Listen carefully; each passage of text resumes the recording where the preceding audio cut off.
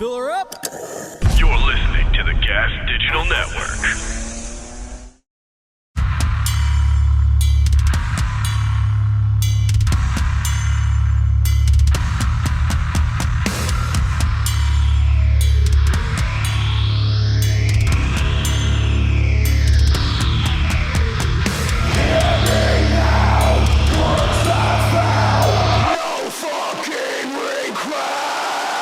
With Robb Flynn. What up? What up? What up? Podcast party people. How you doing? How you living? How you feeling? I'm feeling good. I'm feeling pretty good. You know what I did today? I woke up. My coach, my trainers got me doing fucking absolute craziness. He's like, all right, on Monday, he wants me to come into the fucking 5:30 a.m. class. I'm like, oh, hell no. I'm not coming in. But, it's like a 20-minute drive. Like, it's just wake up, don't eat, fast. You know, just fast, don't eat anything, just come in and work out. I'm like, and I've thought about doing it. I think about doing it, but then I don't do it. But what I do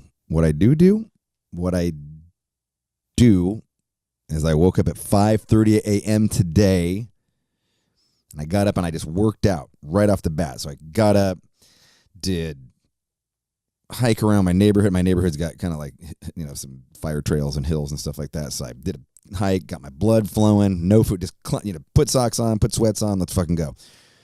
And do that for about 15 minutes, and then I came back and I did, we call it medley, where it's like a combination, where you're doing a combination of workout things. I do light squats, I do shoulder pulls, I do, I carry a tire around my neighborhood, and then I do, what was the other thing I did today? I did one other thing, and then I do 3 sets of that, and then I did a light workout, so I was doing low weight, high reps. I was done by 6:15 in the morning. 6:15 a.m. I was quite proud of myself. I did that last week, too. I did that last Monday. So that's my new Monday. I go Tuesday, Thursday, Saturday, grind hard at the gym, heavy weights, all that shit, medleys. And then on Monday, I'm going to do this medley light workout. And then in between, I do some other stuff. And I hike every day with the dogs, because the dogs need to get out of the house or they fucking chew my house up to death. So on top of that, doing like a 40-minute hike with the dogs. So yeah, man, woke up feeling good. I was all stoked. I'm all proud of myself. Now it's like noon and I'm ready to take a nap. So I'm like, fuck, got up at 5:30. And so, but I go to bed early, so it's not that big of a deal. And I'm like, I can do this. I can do this, man. I know some of you fucking listening to this probably get up way earlier than that. And I remember, you know, like sometimes I'm on the road, I got to get up at 3:30, catch a flight. Like, I get it. So I do it. I'm like, I can do this. I wasn't doing any Monday workout, though. I was taking Sunday and Monday off. Throwing in the 4th day now. I feel good about it. And then I came down here. In fact, I made breakfast, like fucking did a bunch of stuff, stretched. After I was done, did some arms and some shoulders and some tries. And then I stretched for a while, and then I came in, made some breakfast, forgot to make my wife's tea. She was very unhappy about that. For the longest time now, we have a ritual. I always get up before her, like literally, I mean, for decades now, I wake up before her. I'm the first person up in the house. And it's cool, because sometimes I just write lyrics and just fucking do work and just quiet. My kids are asleep, and I've got some 16-year-old lunatic screaming at the video game, you know, computer console. And so I did that. And then I figured, because I quit caffeine recently, you know, about a year ago, I quit caffeine, and then I was drinking decaf coffee for the longest time, which many of you have been very disappointed about for some bizarre reason. No reason to be disappointed that I don't drink coffee. I was drinking decaf. There's a tiny little bit of caffeine in there. Anyway, I stopped that too. I just quit that, and I've been doing like a lemon, fresh ginger, and cayenne pepper in the morning.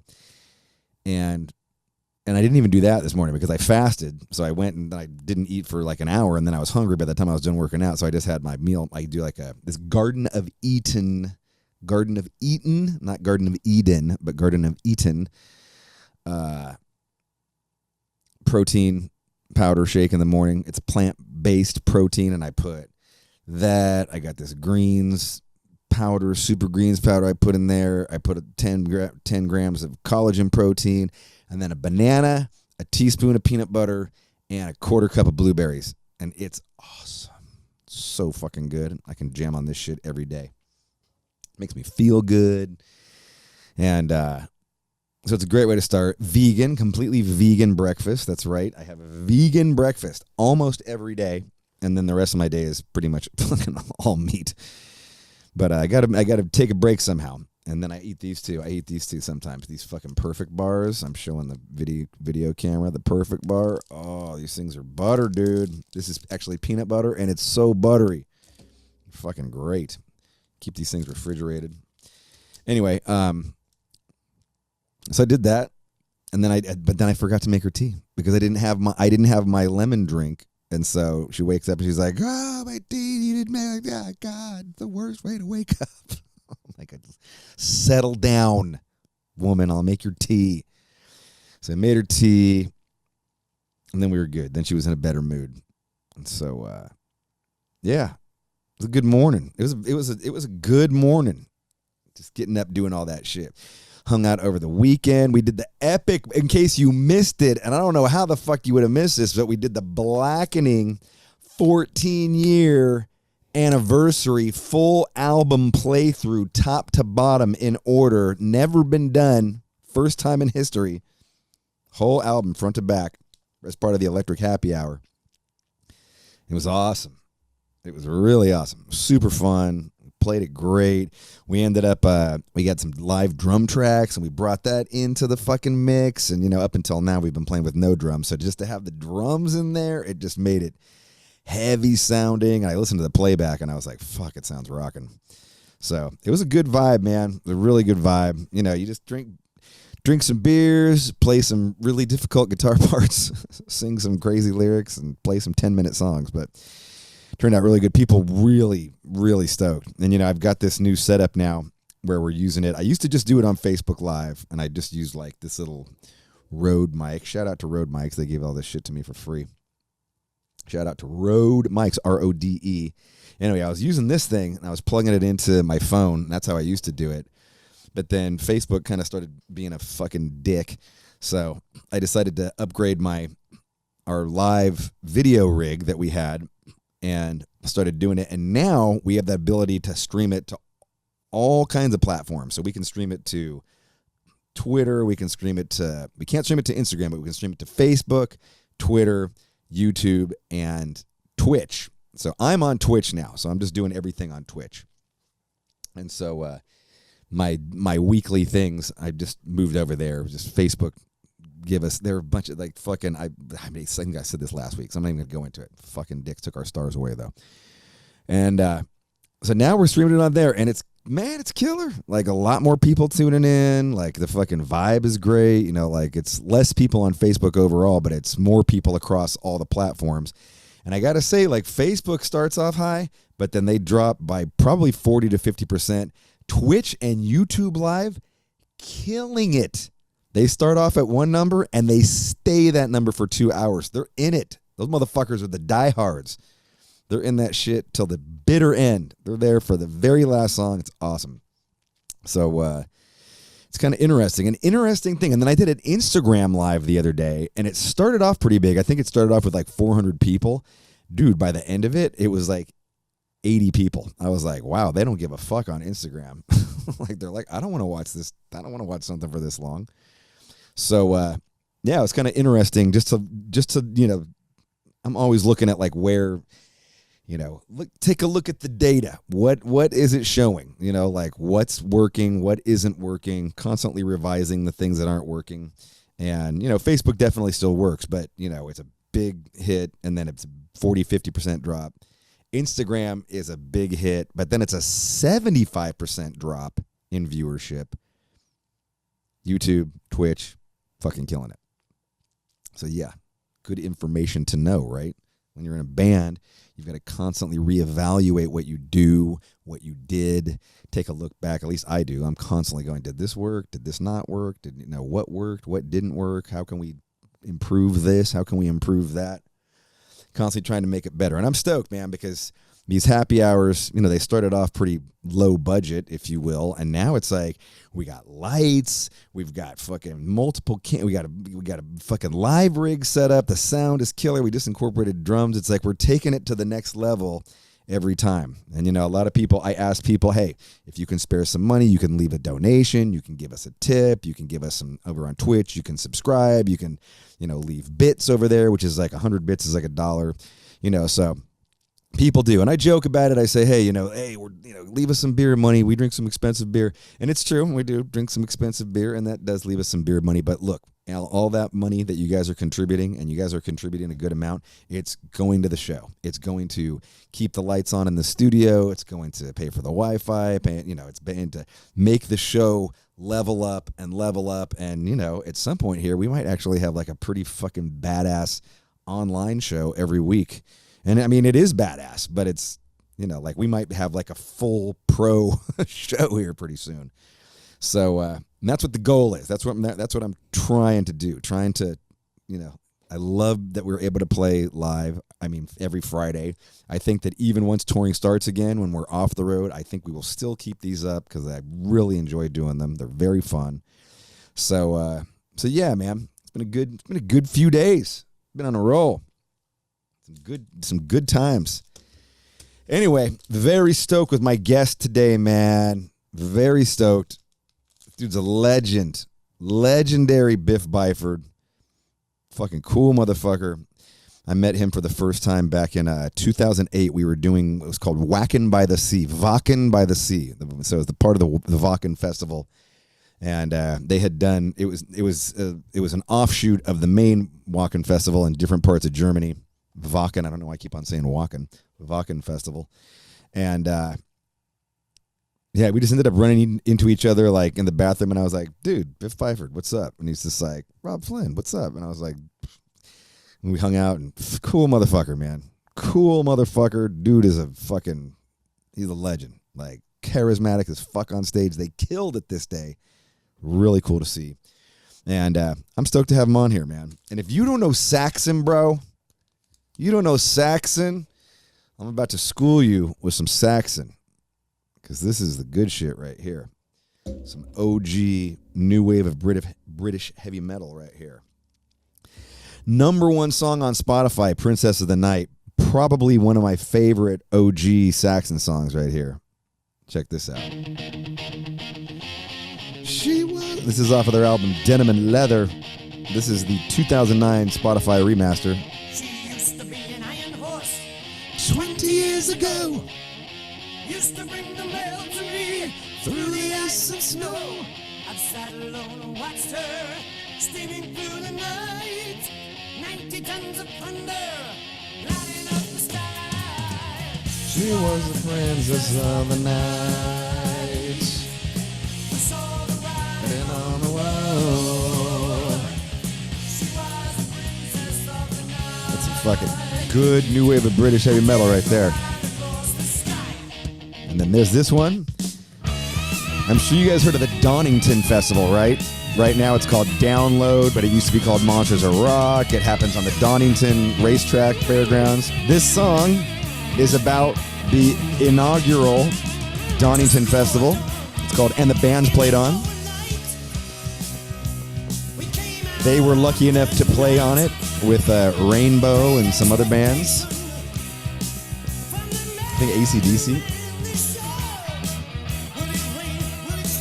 But this is, and the band's played on. It's about the original Donington show that they were on. Crazy, right? A little bit of history.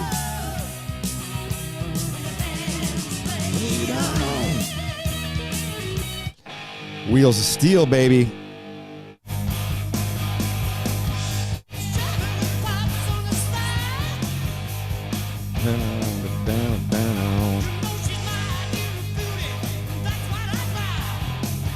Kind of like rock and roll almost, you know, like Ted Nugent's kind of vibe.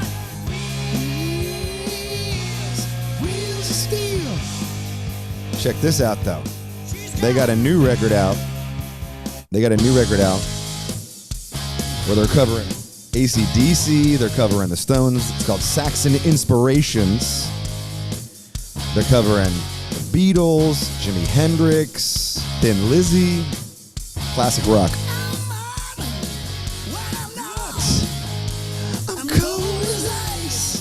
Problem Child by AC/DC.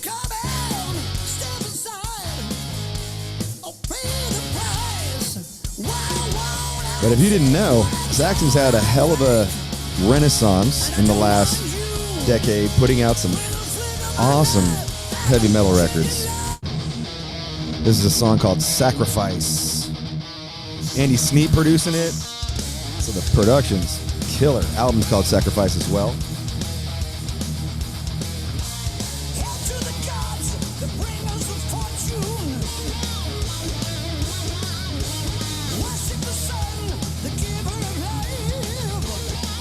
Fucking guitar tones ripping, right? Yeah, this album was a big comeback for him.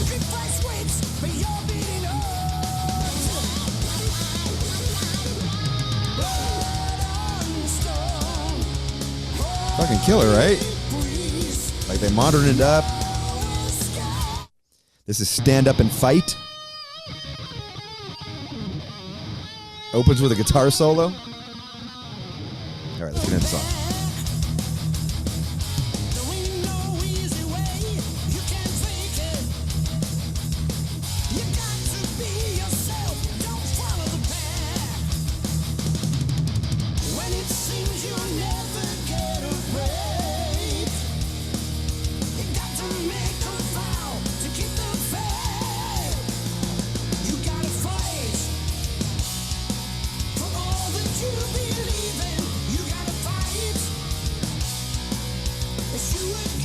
Good shit, right?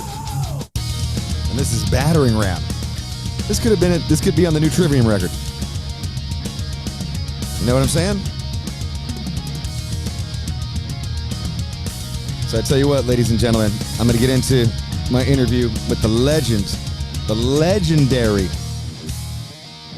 Biff Byford from Saxon.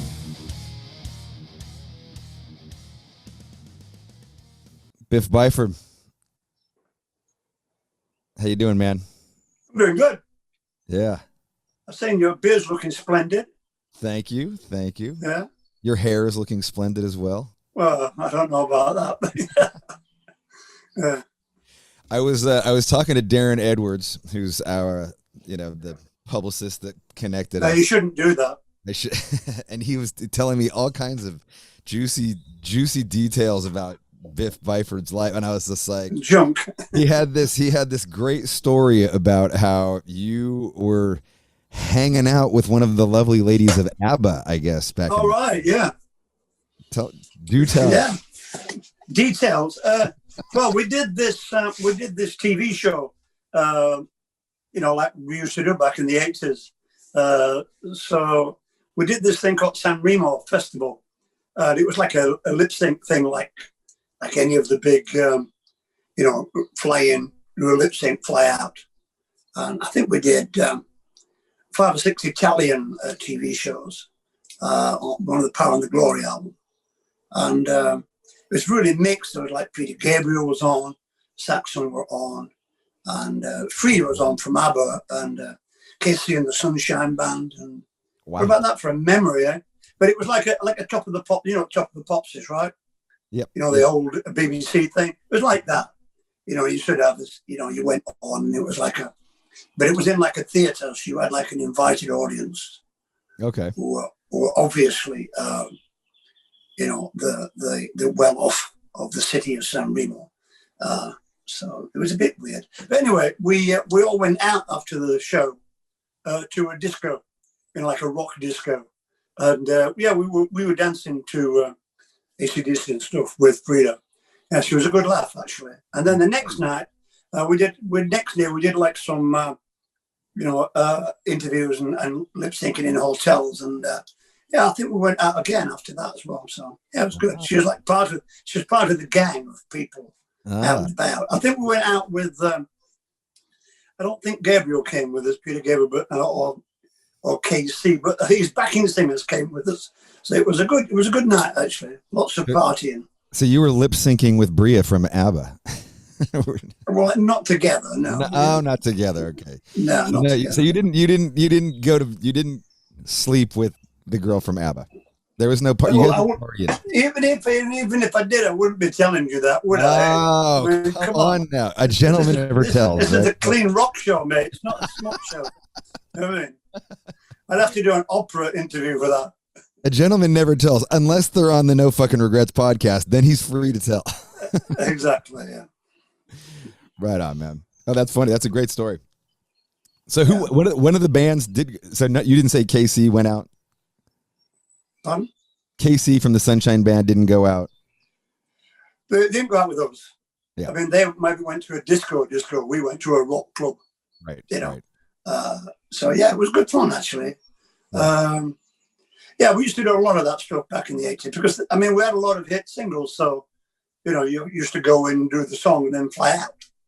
So I think we were quite big in Italy though. We used to do some massive arenas back in the 80s there. Wow, that's cool. Probably some of our biggest audiences actually 12, 15,000.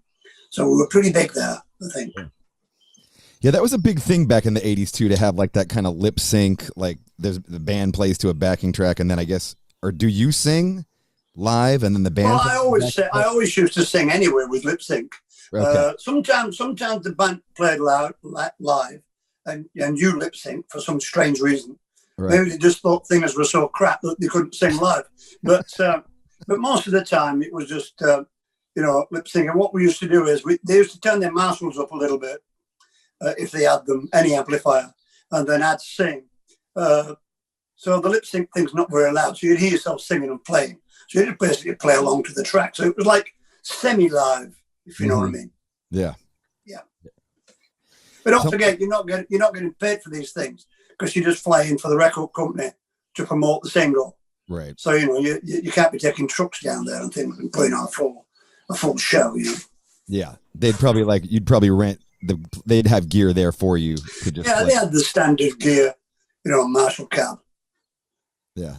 Something like that. But it seemed like sounds like it worked though. Like it kind of made you guys more, your presence. Yeah, but it worked. It's just what you had to do then. The commitment with the contract, we were like signed to do that. It's different now, right? But then we had to go and promote the singles. It was a singles. It was still a singles era in that time.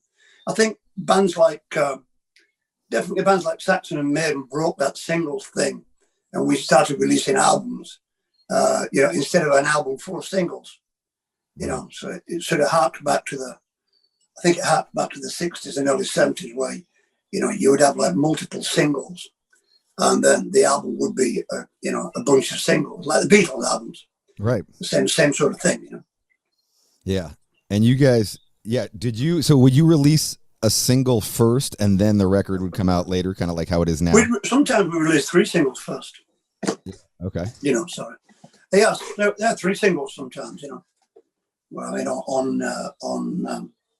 I think on Denim and Leather, we released Never Surrender, which is quite a big hit, and then Bands Played On. Mm-hmm. And then I think maybe one more, and then we released the album, Yeah. That's how it was then. And then B-sides would be a track that wasn't available on the record, right? Sometimes it would. Sometimes it'd be a double A side. Okay. Oh, just the same song on either side. Princess of the Night and, Bands Played On or something, Okay. Whichever one of the radio shows they play. Right. Where it was all about. There's no internet, obviously, so it was all radio play and magazines, newspapers. That was the media then. So that's where we had to fly all over the planet doing these promo things because that's the only way you could promote the band, really, apart from playing live. Yeah, still, it must have been pretty nice, though. Like, it's not too bad flying to San Remo, Italy to promote something. Yeah, it was good fun. It was really tiring, because you got to do like 12 hours of rehearsing and then, 3 minutes of the song. So all the camera angles and things. So it's a bit tedious, but good fun, Hey, I got to party with more of Abba. Come on, man. What's that? I got to party with one of Abba. Yeah, I know. Worth it. Yeah, that's totally worth it. Was she hot? I don't know. I'm not sure which one Brea is. Of course they're hot. Stupid question that is. You're not seeing Abba. She was not. I'm trying to remember. Like She's the red-haired one. Okay, gotcha. There's the blonde-haired one.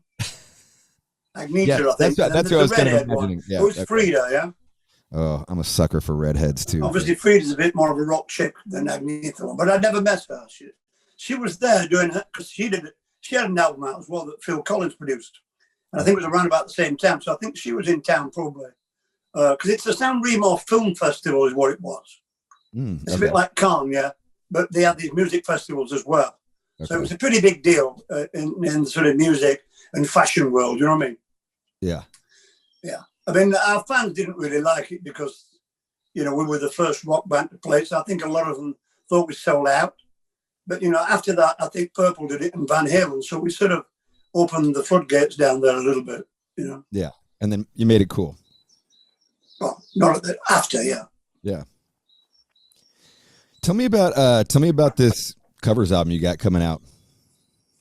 Well, it's out actually, and I was really surprised it went top 10 in Germany. Oh, so that's congratulations! Yeah, it was like top like 50 something in England, which is pretty cool. Yeah, because England's all about streaming these days, not album sales. Congratulations! Yeah, it charted really well. We were really surprised, but yeah, it was. It's just we just thought we wondered what we could do really. To pass the time on, because it's so fucking boring at the moment because there's nothing to do here. Everything's locked down. There's nothing. You can go and get takeaway food, or you can go to the frigging supermarket. That's it. That's all you can do. Right. Walk the dog. So we sort of came up with the idea in October to do this. I didn't want to do just a covers album. I wanted to be a story behind it, why we were doing it. I didn't want like a karaoke cover album. I'm trying to sound like singers, I wanted to do it like Saxon. So, I come up with the idea of calling it Inspirations. Because that's what it is basically. Some of the songs are bands that inspired us, and some of the songs are songs that influenced us in a way that we play, and write basically. So that's the story behind the album. Some AC/DC, you got some Rolling Stones, got some Beatles. Yeah. Got some Toto. Yeah. Got some AC/DC. Yeah. Got some Kinks. Problem Child, right? Yeah, well, Problem Child. It's the first time I ever saw them play live back in 70, whenever that album came out. I think Dirty Deeds in it, or was it Power Age? I can't remember. But they were touring England. And I said to the guys, you got to see this band. So I just got that album, and they were touring. Transit band tour, typical. And we went to Sheffield to a small club in the university, maybe 50, 60 people there. And really? The first song they played was Problem Child. So, I thought, yeah, that's cool.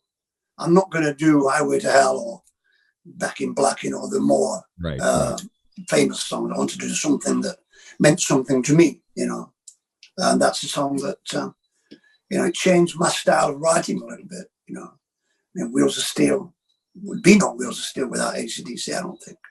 Because that, repetitive rolling riff with the drum beat is what they're about, So before AC/DC, it wasn't anything like that, I don't think. Right.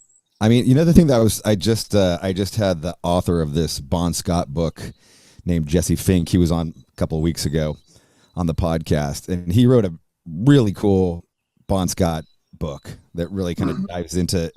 Was just kind of like a 3-year period of his life. It was basically like Power Age to Highway to Hell, and that was it. And man, I mean, just reading some of this stuff. I mean, I've always loved Bon Scott. One of my, amazing. He's not a huge influence because his voice is so much higher than mine, so I could never really do his thing. But just to me, the ultimate, like one of the ultimate swaggering frontman. Just fucking cool and just a badass, and like all the dudes wanted to be him, all the girls wanted to fuck him, like that kind of vibe. Yeah, I thought he was very cool. I mean, did you feel that, like seeing the show, 50, 60 people watching? Yeah, he didn't say a great deal. What he said was pretty cool. like mouthing all the time. Right. It got straight into the songs. It'd say like, pretty cool to be back in the English speaking world and all that sort of stuff. We've been doing a little few wrote stories, but it wasn't like a Dave Lee Roth. It wasn't in your face. But right. When he was singing, everything's singing from the throat. It's that really high, high voice. You just spent too many years in the low register. You need to learn your head voice. So anyway, it's everything in the head voice. From the, I'm a problem child. It's all there. It's not from the diaphragm. Yeah. So it was a cool guy. I met him a couple of times. I didn't really know him. I just said hello a couple of times. I met him at the Hammersmith Odeon on a couple of gigs I went to. But cool. Once we sort of, after On Wheels of Steel tour, we had the same promoter and the same PA company. So a couple of them used to visit us a lot, mainly to have catering. But they used to hang out with us quite a bit. Malcolm used to come quite a bit, and Robb came. Jono came up to us a few times in Newcastle when we used to play there. So I did know a few of them. I knew a lot of their crew. Okay. Some of them used to help us out sometimes when they weren't doing anything with AC/DC. So we were quite connected, AC/DC and Saxon, through that. We did a few shows in America with them on the Back to Black tour. Yeah. No shit. Huh? Back in Black. Yeah. Back in Black. Yeah. Oh yeah. I think we did two nights in Boston, and it's when that album was just breaking. They were on their first part of that tour. Okay. I think it went on for over a year. I think. But we were part of that history, I think. Yeah. Was it? Were you big on the Back in Black album? I like Back in Black. Yeah, I like Back in Black. Hell's Bells is my favorite one off there, I think. Yeah. But yeah, I like it. Yeah, I like Bond. I like Bond as well. I'm a huge early AC/DC fan because I got turned on to them, in the 70s. So. But yeah, I like them both. You can't bring Bond back. He died. So, the replacement. They could have stopped, but I think Angus is not like that, is he? He goes on. Yeah.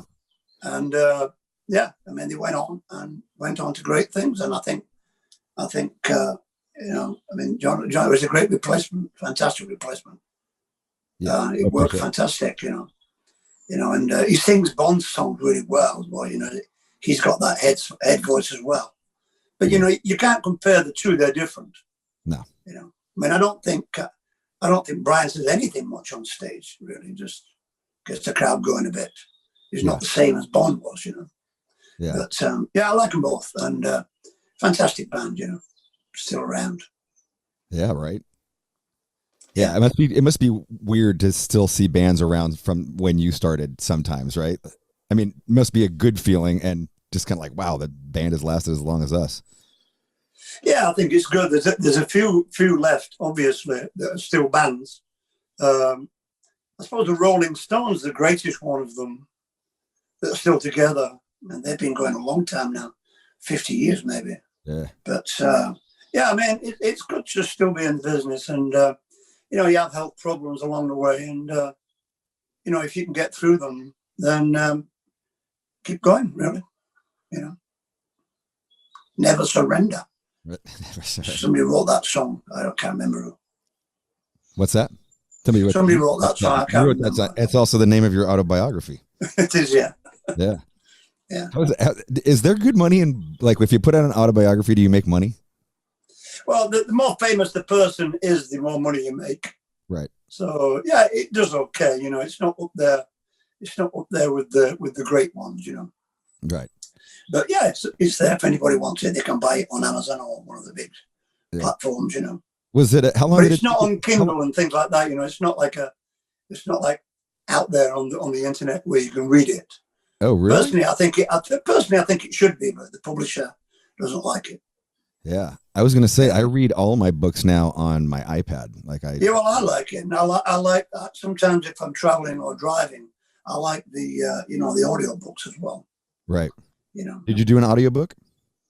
No, they asked me to, but I couldn't be asked.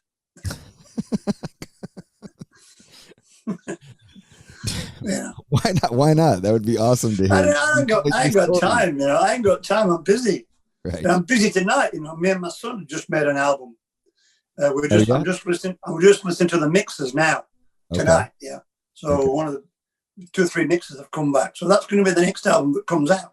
It's going to be called Biff and Seb, was my son's name, or it's going to be called Byford and Byford, or something like that. You know, something. That's awesome. Yeah. Yeah, that must be. I quite fancy calling it Byford and Byford and being in front of a building with suits on, like a couple of lawyers, a couple of job on a massive cat guys. You know what I mean? That'd be awesome. I like it. I mean, that must be very cool. I've jammed my youngest son plays bass and he plays cello, and there's been a couple of times he's was 13, he just turned 14, and you know, to get to jam with him and like play music with my son, it was one of, you know, the most proudest moments of my life. You know? Yeah, it's cool. It's cool. I mean, I've been, you know, Seb's been a musician for quite some time, but I've not really, done anything together with him. It's mostly I go and see him play on stage, you know, or listen to his songs. But you know, we did this. He did the vocals with me for Inspirations, you know, for the cover album. So he produced the vocals with me. He's on there doing some harmonies. He's on Paperback Writer, I think, and a couple of the other ones. So he's pretty good in the studio. You know, he knows all the Pro Tools stuff, probably better than me actually. But yeah, it's pretty good. So I'll be doing the new next Saxon album with him, and he's busy. I think Andy's busy doing Dream Theater at the moment. So I'm going to do the vocals here next week with Sebastian, and it should work good, you know. Yeah, that's awesome. Yeah. So he's producing also. Who? Your son is producing also. He's not producing the album, but he does the vocal with me and works them out. So I suppose in a way he's producing my part, if you know what I mean. But obviously Andy Sneak's producing the album, the next album. Cool. So, but yeah, it's cool, you know. Yeah. I'll send him a few files and we'll see. I mean, the Inspirations was done more or less completely live. Right. You know, we did You rented a chateau or something, right? Well, I used this house that a friend was in the family, and I got him some Glastonbury tickets one year, so he owed me a favour. So he said I could use the house. It was empty at the time. So I thought, great, yeah, let's do it like 70s, you know, 60s, 70s. Let's go in there, pile all the equipment in those big rooms, run the cables through the doors and stick it into the recorder. So it's the same principle as an old album. The only difference is instead of a Rolling Stone mobile, it was our sound guys' Pro Tools. Yeah. Stuck outside, you know, so it worked great. I really enjoyed it. Took us 2 weeks to make it, and then like I did the vocal with my son for like 4 days. Yeah, all done in 2.5 weeks. But you recorded it live, everybody playing live at once. Yeah. We had Nigel in the hallway, which is huge. I mean, there's a documentary on YouTube, making of, basically, if anybody wants to see it. But he was in a big hallway that like got a, I don't know, 20-meter ceiling. So we set the drums up in there. It's a round room.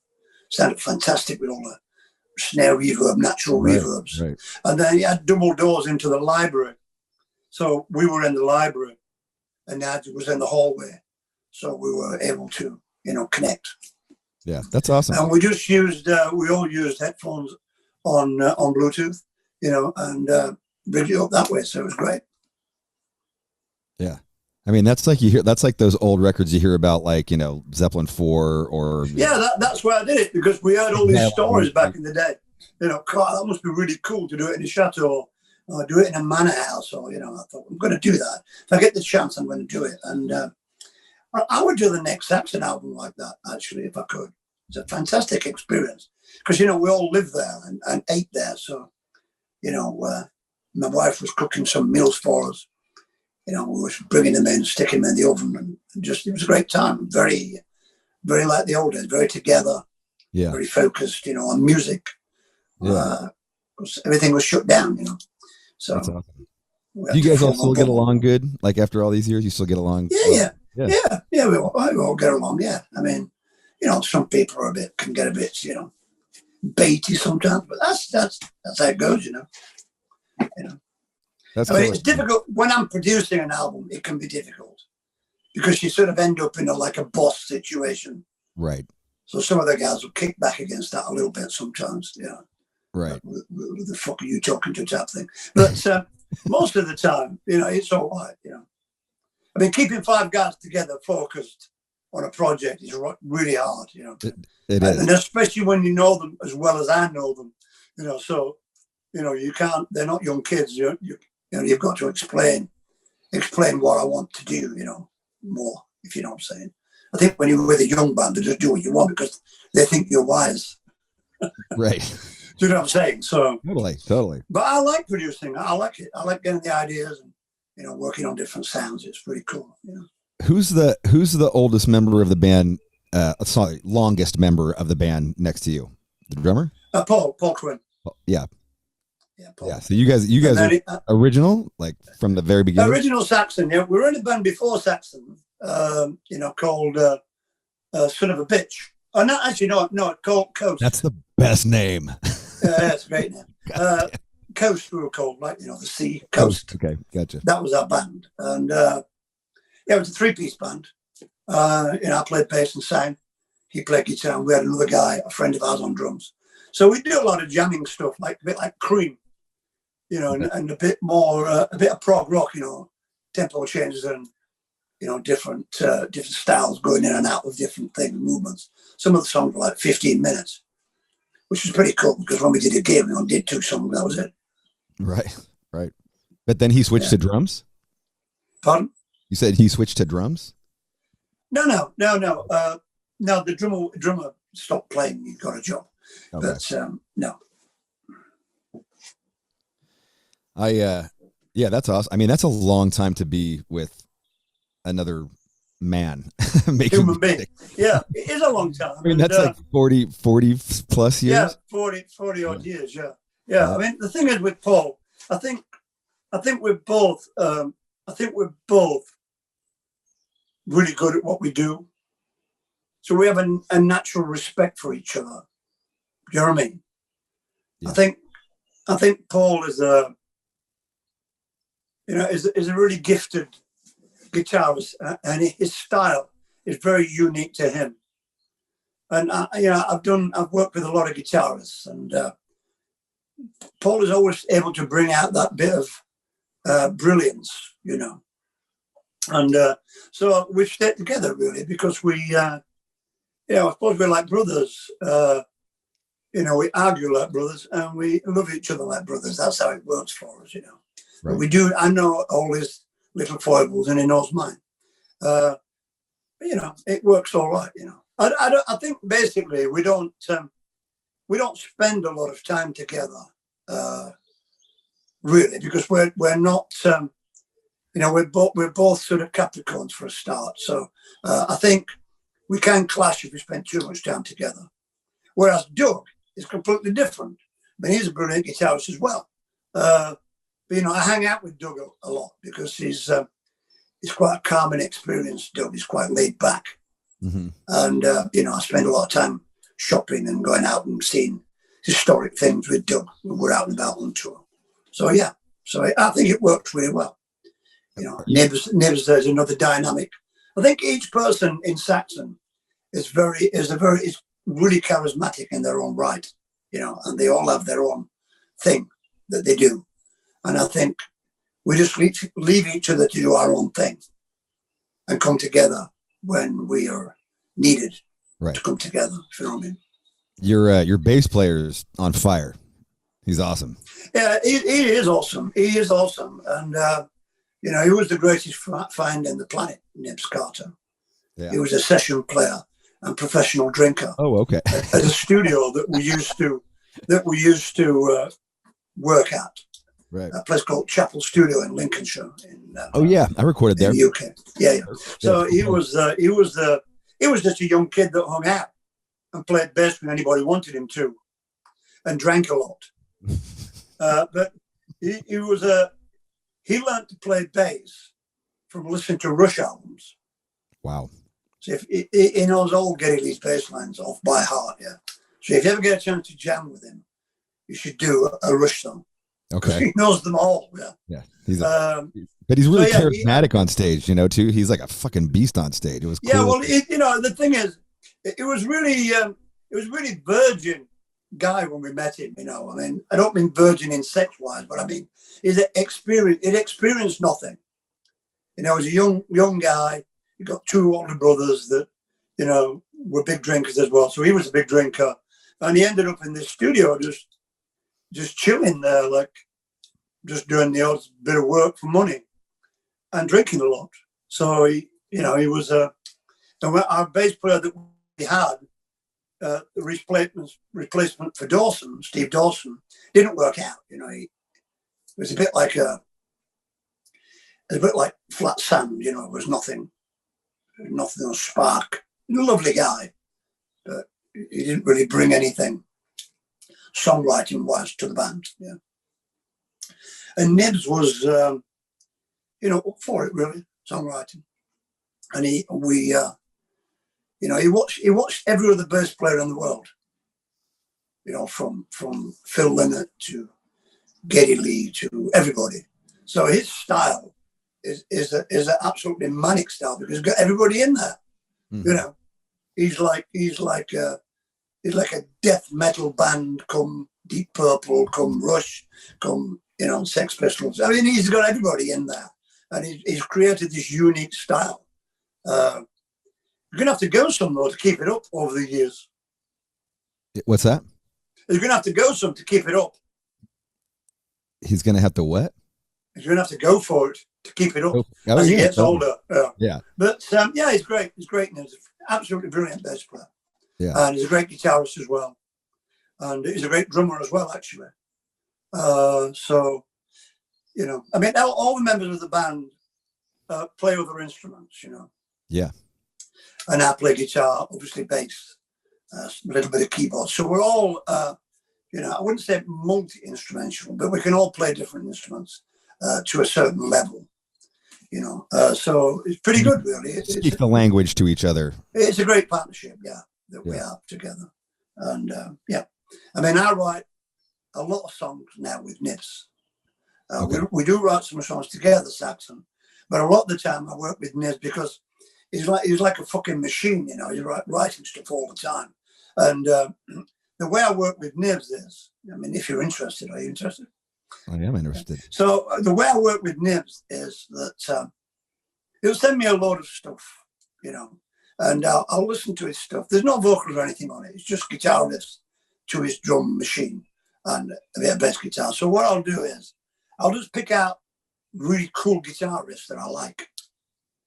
Because obviously I love guitar and play guitar. So I pick out really great guitar riffs that I like and things that are a little bit unusual sometimes, a bit off the wall, yeah. So I'll sort of make a compilation. I'll say, I like this one, and can we put this bit in that bit and try these bits? So right. I'll arrange the songs with Nibs into a song basically, and then I'll come up with a title, and I'll sort of try and fit my melody ideas to the song that's already arranged and written with a title, which is really hard to do. But I'm quite talented at it, like just coming up with ideas on a riff. So, and I'll go back to him and say, well, this is my chorus idea, and I'll play the chords for him and sing it. So then he'll put that in the song, yeah? So by the time we get to play in the rehearsals, me and Nibs will already have 4 or 5 songs that are already basically there. So the boys will just listen to them, and then they'll put their interpretation on it. Mm-hmm. So, and that's how we work a lot of the time. Sometimes we'll go into a rehearsal studio, and just play live. There's a few songs on the album that we wrote together, and there's some songs that me and Nibs wrote. But I always try and keep Nibs' songs in the Saxon style. I mean, Nibs writes some really brutal, death metal riffs, tuned down to C or something, just for the hell of it. So it's very rare I pick them, because they're not really Saxon. Right. So we leave that to, bands like Machine Head, things like that. Do you still write lyrics first, or do you have to have the music kind of guiding you? No, I do both ways. Sometimes I write poetic things because a lot of my lyrics rhyme. Yeah. Which is really hard to do because, you know, especially if you're writing a story and rhyming it, it's really quite difficult, you know, to look for words, you know, that rhyme. That makes it so because you have a great line, you can't find fucking anything that rhymes with it. So you have to rewrite the line to find something. Right. You know, it's like, you know, I've written a song about the Hadrian's Wall that we have in England. I don't know if you've been there. But it's a Roman wall that this emperor called Hadrian built all the way across England. Oh, okay. You know, to protect the empire. Basically, it was the furthest flung defense that the Roman Empire had. And a couple of thousand years ago, they built it all the way, built like the China Wall, across England. And you know, I wanted to find something that rhymed with ruins. The only thing I could find was druids, which sort of rhymes, right? So, but the line I had was to protect them against the Picts, right? Because it wasn't the Scottish, it was the Picts, Okay. Picts, That was the tribe. So I had to find something else. But you know, it's difficult. Point I'm saying, it's difficult. You know. Yeah. No, to rhyme everything. It's sometimes you just scream a lot of lines that don't rhyme. You know, just about something, which I do sometimes, you know, but I like to rhyme them. I'm old school, you know. I agree. I totally, you know, I think that it makes the song that much more catchy, just having those rhymes. Like, you know, I call it a rhyme scheme, like where my rhymes fall. Yeah, they're picture lyrics, you know, what you're writing, and it's poetry basically. That's what you're doing. Yeah, just a simple form of poetry. Yeah, that's cool to hear that. It's cool to hear that you focus on that. You know, I think it's super important. Like I do that a lot. You know, if I don't want to do it, I struggle to do it. I struggle not to find a rhyme because sometimes I don't want to rhyme. You know, I just want to sing. Right. Just shout out the lyrics. You know, but I find it really hard because I always got myself going back to the lyric all the time, trying to rhyme it. You know, so sometimes I have to rewrite the lyrics so it doesn't rhyme. Which is not. Do you do a lot of lyric rewriting? Like once you get set on an idea, are you just to the death? I'm going to finish this. Well, can you pivot? Can you go other directions and like, okay, I'm going to. What I'll do is I'll have moments of inspiration. So particularly this album, the album's been written for a long time now, and I haven't really written any lyrics apart from a few things we've done together. Yeah, when we've been playing. So I wrote all the lyrics. But what I tend to do is I love to find a subject. A title, and once I've found a title, I'll sort of work around a chorus idea within the song, within the riff that I have, and then what I'll do is I'll start to formulate a story, and for me, the first line has to be great in a song. The first hook first line you sing has to be a great line. Totally. So I'll mess around. You know, what's a great line?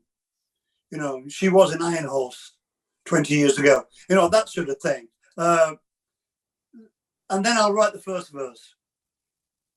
And then I'll move on to the next song. Okay. That's what I do. And then when I've got them where I want them to be. You don't finish it. I don't finish it. No, I don't finish it because if I'm in an inspirational moment, right, you know what I mean? Yeah. If you're really going on, the lyrics are coming, you know, and your stories are coming through. Then just go to the next story, you know, move on, you know, get the first verse, get the song idea, you know. Mm-hmm. I mean, the Hadrian Wall song is called Carpe Diem, which is seize the day, right? So that's what the song's called. I don't think I sing it in it, but actually I do sing it in it. But you know, it's just the reason I chose that. I mean, for me, I'm not even bothered if anybody's done it before because somebody's always done it before. But I went to Hadrian's Wall with my wife walking on part of it because part of it's still there, you know. And when I was in the gift shop, there was a little square plaque that said Carpe Diem on it. And on the back it said, you know, seize the day. I thought, a fucking great song title, Carpe Diem. So, you know, it came back later on, you know. Yeah. So that's what I do. And then the inspiration dries up. It doesn't come for a while. Right. Yeah. And then you go in and then you do it like writing a book. Every day you go in and work. And you just sit there trying to get lyrics, you know. Because you have a story, and most of the first verse, it's a lot easier because you've got something to work with. You know, you can say like, well, I'm in the Roman day today, you know. I'm reading on Roman. I might Google or Wikipedia some details, you know, of the wall, you know, when it was built, or bits and pieces just to get in the mood. Sometimes I watch a documentary, sometimes not, you know, just to get in the mood and find a lyric. Because a lot of our lyrics, you know, they're sort of, they're a bit like Maiden, really. They're historic lyrics, aren't they? Mm-hmm. You know, we're a historic metal band, you know, in the way that we use lyrics to tell stories, whether it's about the Second World War or whether it's about, you know, the conquistadors. Mm-hmm. They're all these, and I think probably us and Maiden are probably two of the best bands that do that, I think. Did you ever get... Dallas 1 p.m. is a historic song. You know, it's the same thing. Yeah, right. The Kennedy assassination. Yeah. It's all based on life. It's not your life, it's somebody else's life. You know, we don't do erotic sort of, you know, rock and roll-y songs. You know, we don't do that. We never have, actually. We've tried to, but we never did the, you know, the sort of throwaway rock and roll. Hot chick You know, dancing. we did a few girl songs, you know, about shagging and about, you know, groupies and things. But, you know, we were never known to be that sort of band. So the songs really didn't particularly work on that level. So I changed my style and went more for the historic stuff, you know.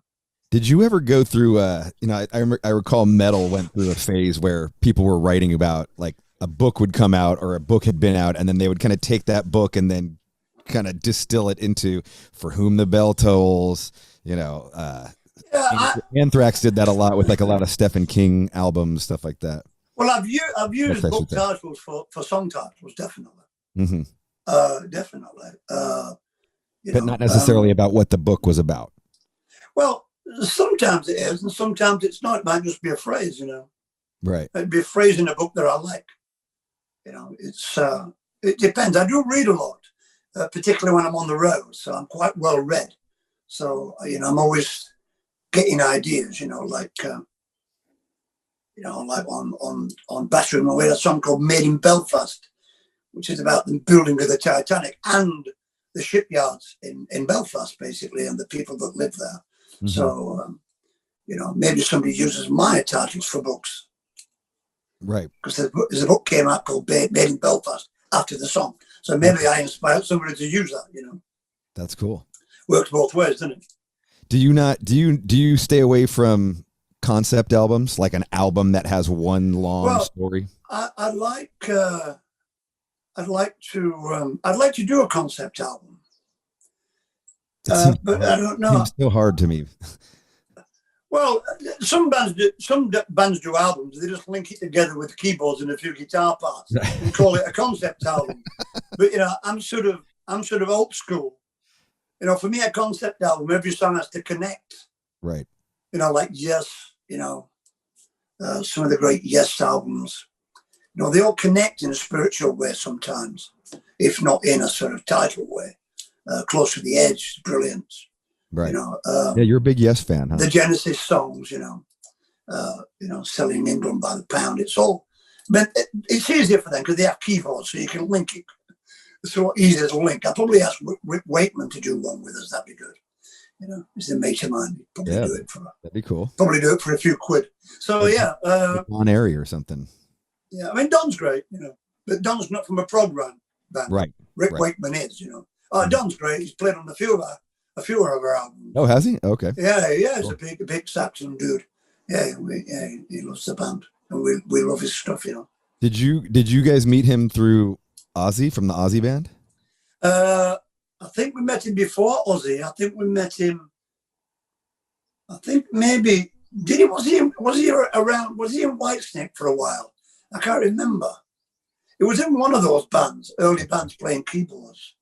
And I can't remember who it was. But yeah, we met him in the 80s, basically, in the early 80s.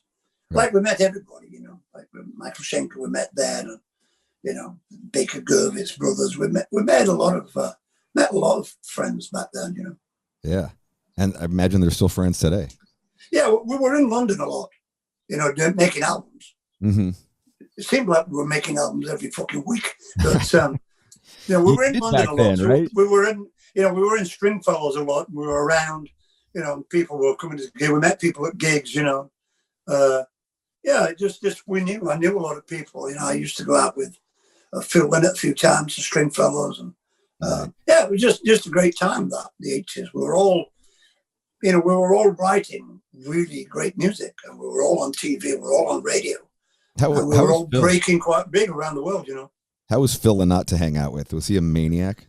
He was nuts. It's a good, great joke teller. It was a typical Irish lad, bit of a lad, a bit of an Irish lad. He was a bit of a, like we all were. It was a bit of a womanizer.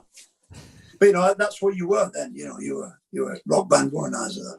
Right. Somebody should have brought an album out about that. But yeah, that could be a good concept album. But I wouldn't write The Life and Times of Phil Lynott. I'm not good with those, those things. But maybe a concept album on the next one, maybe. Okay. So your concept is still, your next album lyrics aren't finished, so it's possible it could be a concept. Well, no, they are finished now. Okay, got them.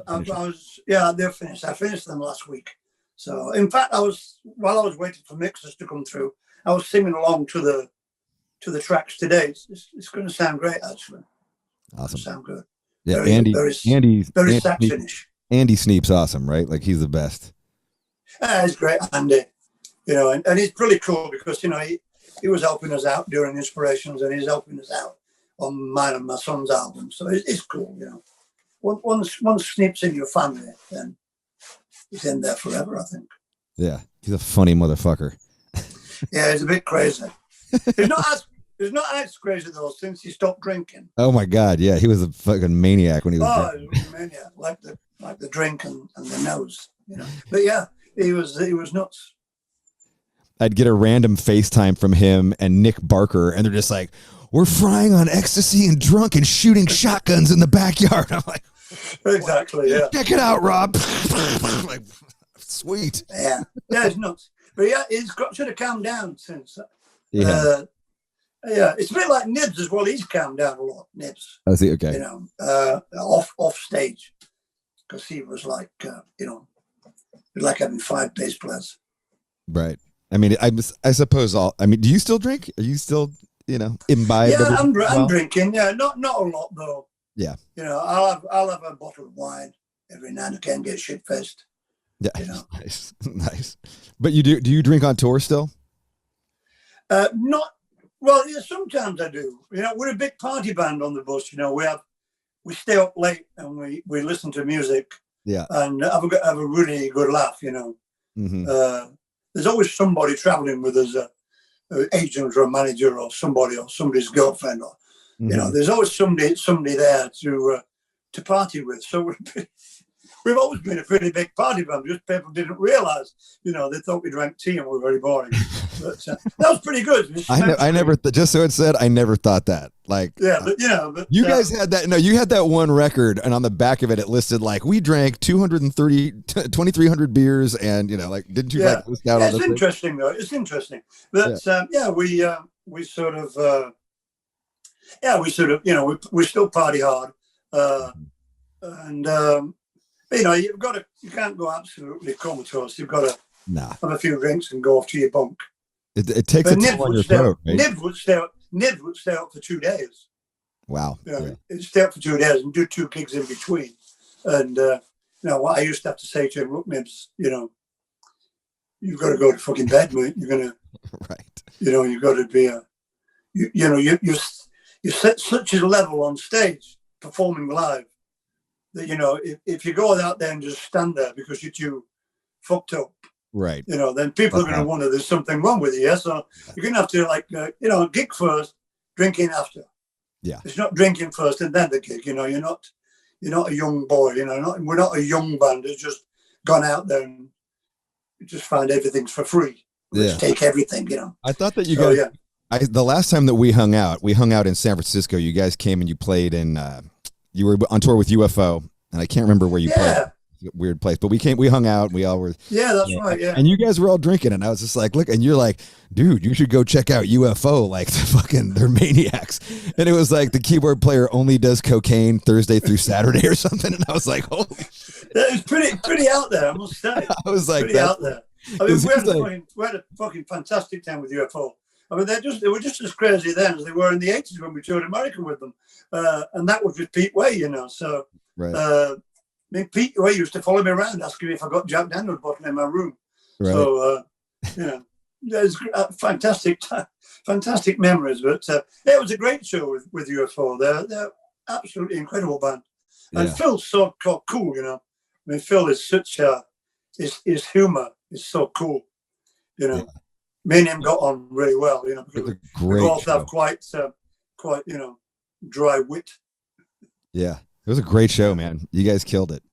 That was good. It was a great reaction. You know, like it was cool. You know, like as I you know, I'm 53, and so like when I see a band like your age, I'm looking at it and going, you know, that's the way that you could go. Like still, you know, like you were still charismatic, but you kind of like a little classier, like you had the kind of nicer jacket. And I was like, okay, like that's, you know, like if I'm still lucky enough to be doing this at Biff Byford's age, like that's where I hope I can go. That's the way I hope I can go, you know, like kind of, it was fucking cool. But you still killed it. You fucking rocked. You're like, come on, motherfuckers, like getting everybody hyped. And it was. Yeah, it was great. And don't forget as well, you know, going on before UFO, you know, you've got to go for it because they're such a great band. And actually, they kicked up a gear with us on tour with them. Actually, you know, they kicked up a gear. I think they enjoyed it. Actually,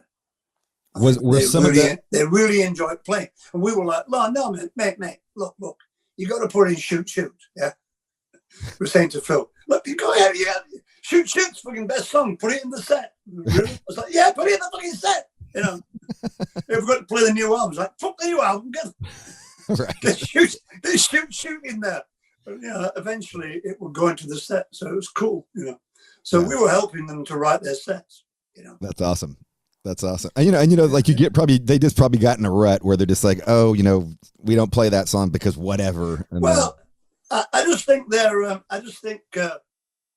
just think they needed a bit of help with their set list, you know, how to place the songs.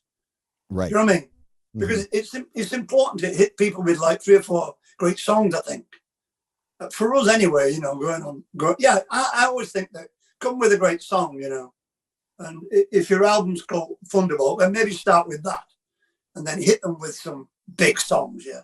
And get the you know, get the charisma and the atmosphere up, you know. So yeah, it was a great show. You know, we had a great time with the UFO fans and Saxon fans. Both audiences loved. I mean, I think UFO had a lot more older fans than we did because they'd been going there for a lot longer. But it was great. You know, we did some big sellout shows with them. It was great. You know. What were some of the shows like with UFO and Saxon back in the 80s when you guys were all young men? Well, they were a little bit more. I think they were a little bit more. Pete Way was really out there, but Phil didn't really say much to us. Really, I think got his girlfriend with him a lot, and he carried a lot of guns around with him. And he was like into guns. I think, you know, he had a 6-shooter in a holster with him all the time. So, he was a bit out there, yeah. And he was the first one to tell you though that he was nuts. Yeah. And you know, it was a guy from Wales that used to be in what do they call him? He was the Welsh guitarist. They didn't have Schenker? No, they didn't have Schenker. It was the tour without Schenker. They had he was in Lone Star. I can't remember what his name was now. But he was a great guitarist. And obviously Pete Way on bass. And obviously the original drummer. So it was just the guitarist was different. No, I think Schenker walked off stage. On one of the okay. Done. But yeah, it was great. It was a great. Was there ever any tours with Schenker? Did you guys ever tour or do dates with Schenker? No, we didn't tour with Schenker, but we knew Michael quite well. We used to hang out at the same places in London. I remember him coming to see us. Funnily enough, we went to a pub to see a band that Gary Barden was singing in, and Schenker was at the same club. And obviously he'd sang on Schenker's album. right? Okay. And Michael had a cassette, and he said, "I've got my new album on cassette. Do you want to listen to it?" So we all went and listened to it somewhere. I can't remember where. It was fantastic. Yeah, Armed and Ready is brilliant. Oh, and, wow. Okay. Dieter Dirks had produced it. Yes. I remember Michael saying to me that, he wants me to pay him for, he wants 30,000 or something for doing the album. And I was like, well, it sounds fair, Michael. It's a fucking great album. So I don't know if you paid him or not. Did producers not get paid back then or something? Like, but it was a great, that's a fucking brilliant album. What a great album. I mean, I was up there with Wheels of Steel, definitely, and Running Free, definitely. I read something when I was kind of researching you last night, and it definitely, I thought it was a very cool thing. You were talking about how much you loved the song "Beyond the Realms of Death" by Judas Priest. Yeah. I used to go and see Priest back in the day. On that tour, Stained Glass, wasn't it? Oh, wow. Stained Glass, yeah, that tour. We used to go see them quite a lot before that as well, because they were around quite early, before we got a deal, before the band had come together properly, actually. So, a lot of these bands are around the same age as us, but musically they're older. Yeah, you know what I mean. They started earlier than we did, the lucky bastards. So. I thought probably because. Do you remember seeing that song live? Do you remember seeing that song live? I saw them do it live. Yeah, I used to walk out from behind a stained glass window, singing it. Cool. That's brilliant. Yeah. They were always into the theatrics, Priest. Yeah, I used to like them, and with the first tour of Europe we did was with Judas Priest. Oh wow, okay. It's only the second time I'd ever been to flying on a plane to Europe was with Judas Priest. Wow, that's amazing. So it was the British Steel tour. We were on Wheels of Steel. That must have been fucking double wheels. Yeah, it was great. It was great. It really was, yeah. Yeah, so we'd hang out together, quite a lot. Yeah, so when you're seeing them playing Beyond the Realms of Death on Stained Glass, so this is kind of before the heavy metal look, right? Like they're still paisley and long hair and like. Yeah, he was weird. Yeah, he got a nice look, but he got like blonde page boy cut. In them days. Whereas our hair was a bit like we just walked out of a fucking hedge or something. Right. It was a bit wild, you know what I mean? Whereas his hair was like quite cut. No, it didn't affect. I mean, it wasn't long though before he started the American cop gear, Yeah. The helmet and the Harley. Yeah. I think it was the album after that, I think. But yeah, he was wearing, I think he used to wear a black leotard, I think. Back in the day, yeah, Oh, right. I mean, we went to see them.